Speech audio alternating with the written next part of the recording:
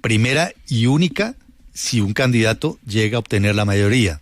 Si no, obviamente se convocará a la segunda vuelta para el domingo 21 de junio. Recordemos algunos aspectos de la jornada electoral a partir de lo que dice la Constitución de 1991. Y nos acompaña uno de los más reputados constitucionalistas de Colombia, el doctor Juan Manuel Charri, a quien le damos la bienvenida. Gracias por su tiempo y por estar aquí en este sábado, doctor Charri. Mil gracias, un saludo especial a los oyentes y a los que están allá en la mesa de trabajo. Bueno, doctor Charri, parecen generalidades, pero es bueno que todo esto quede claro para la gente. ¿Desde cuándo existe primera vuelta electoral, primera y segunda vuelta electoral? La Constitución del año 91 cambió el régimen de elección para el presidente de la República, que era de mayoría simple, por uno de mayoría absoluta o doble vuelta. ¿Por qué lo hizo? Primero, porque había una intención de fortalecer la democracia, purificar el Congreso. Lo intentó colocando un régimen de inhabilidades, compatibilidades y conflictos de interés con sanción de pérdida de investidura, y también de darle una mayor legitimidad al presidente de la República. En la elección simple, si se presentan 4, 5, 6, 8 candidatos, el ganador puede obtener un porcentaje del 35, 32, 30%, y el resto de la votación se divide entre los otros candidatos. O sea, el respaldo democrático puede ser muy bajo. Con el régimen de mayoría absoluta, se pretendía que tuviera por lo menos el respaldo del 50%. Y si no se lograba, pasar a una segunda vuelta los dos candidatos de mayor votación.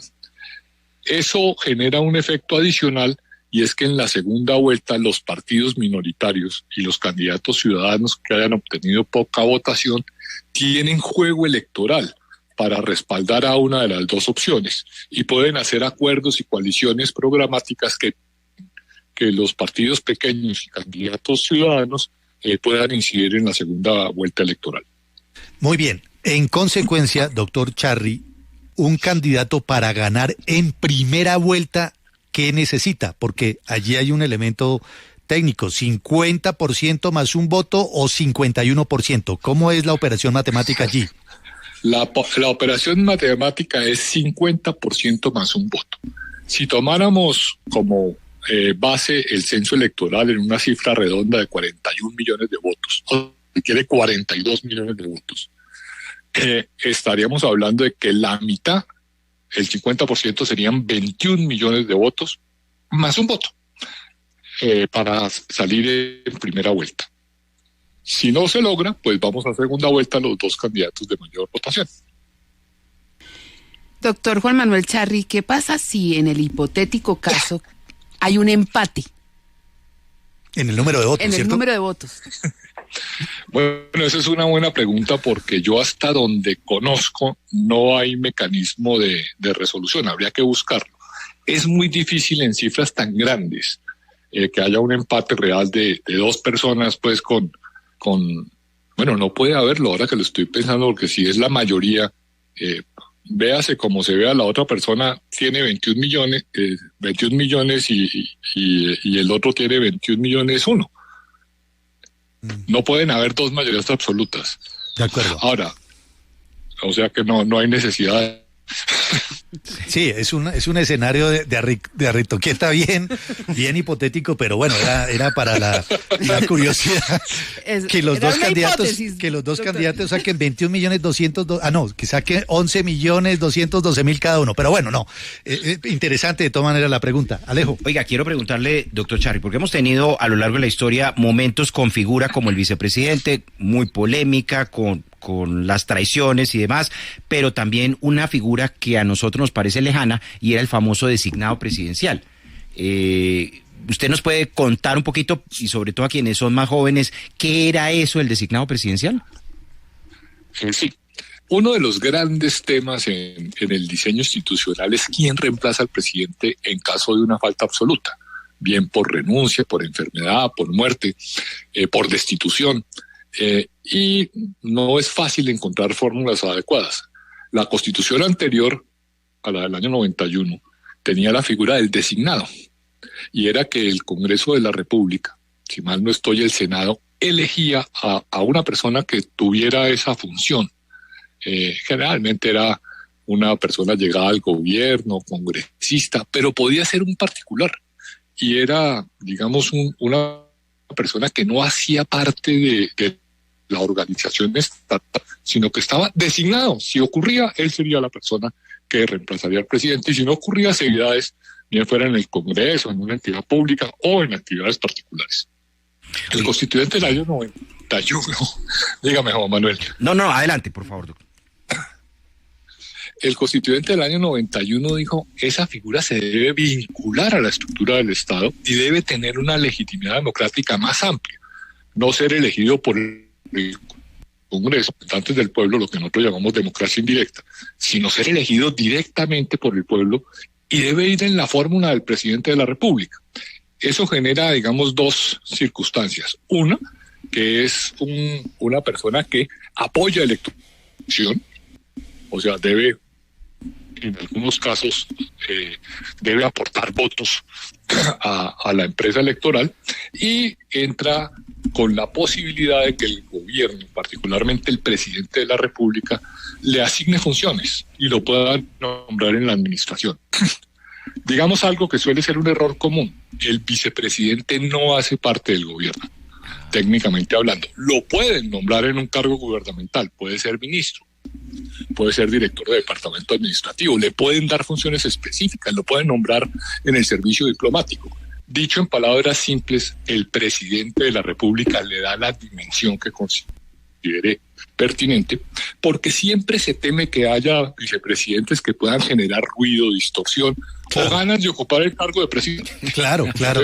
Se le da al presidente de la República la capacidad de que él lo administre, lo puede poner de embajador en China o de ministro del Interior. Claro, que lo controle y lo ubique en el lugar en donde él quiera. Y por eso es que muchos dicen que la única función del vicepresidente es llamar a las 6 de la mañana a preguntar cuál es el estado de salud del presidente en esa mañana. Oiga, pero doctor Charri, ¿por qué sale esa cifra de los periodos de 4 años? ¿Eso a qué obedece? Bueno, esa también ha sido una discusión muy grande en el constitucionalismo en general y en el caso colombiano también. En nuestra historia tuvimos la experiencia de la Constitución del año 63, que era una constitución muy liberal, que tenía un periodo muy corto de presidente de la República, de 2 años. Eso hizo que fuera un presidente muy débil. Dicho también en palabras más ilustrativas, periodos largos, gobiernos fuertes; periodos cortos, gobiernos débiles. Y eso llevó al colapso de esa constitución en su momento, y era una en el año 86. Allí se alcanzó a pensar en periodos de 6 años. Y finalmente, después de muchas discusiones, idas y venidas, se acordó el periodo de 4 años, que se ha mantenido a lo largo del tiempo, casi que durante todo el siglo XX, y el constituyente del 91 también lo adoptó de 4 años. Algunos llegaron a plantear 5, pero no sé por qué razón 5 años, que es un número impar, generaba dificultades, y para coordinar otros periodos de otras autoridades era más fácil, de manera que nos hemos quedado con el periodo de 4 años, que es un presidente, digamos, relativamente fuerte, no es débil, no es muy fuerte, y hay relevo electoral, y con la prohibición de la reelección, la idea era que siempre hubiera relevos políticos, que es la alternancia, que es uno de los requisitos de los regímenes democráticos. A propósito, doctor Charri, otro oyente estaba preguntando sobre el tema de la reelección. ¿Cómo quedó finalmente? Esto nunca sobra recordarlo, nunca sobra esta pedagogía. ¿Cómo quedó finalmente la reelección? ¿El presidente de la República termina sus 4 años, pueden pasar otros 4 años y ahí sí se lanza, o nunca más puede ser reelegido? Esa fórmula de un periodo intermedio existía en la Constitución anterior. Ningún presidente la logró, de ser reelegido con 4 años, con un periodo intermedio. El constituyente del año 91 prohibió la elección. Estaba prohibida y no había lugar a ella hasta que llegó el gobierno Uribe e introdujo una reforma para permitirla. Y efectivamente la aplicó y fue reelegido. El gobierno Santos llegó al poder, dijo que no le gustaba la figura, la abolió, pero la utilizó y fue reelegido. Y al abolirla, estableció nuevamente la prohibición y puso una cláusula adicional. en el sentido de que para modificar la prohibición de no reelección en ningún periodo, o sea, no hay posibilidad en el futuro ni dentro de un periodo ni dentro de dos, debía reformarse la norma, bien por asamblea constituyente o bien por referéndum, pero no era una decisión que pudiera reformar el Congreso de la República mediante acto legislativo. Ah, muy bien. Le puso ahí le puso una condición también para poder revivir la reelección por asamblea constituyente, una exigencia o por referéndum. más, una exigencia más fuerte en la reforma. Muy bien. Doctor Charri, gracias. Es usted muy amable. Como siempre, aprendemos mucho al escucharlo.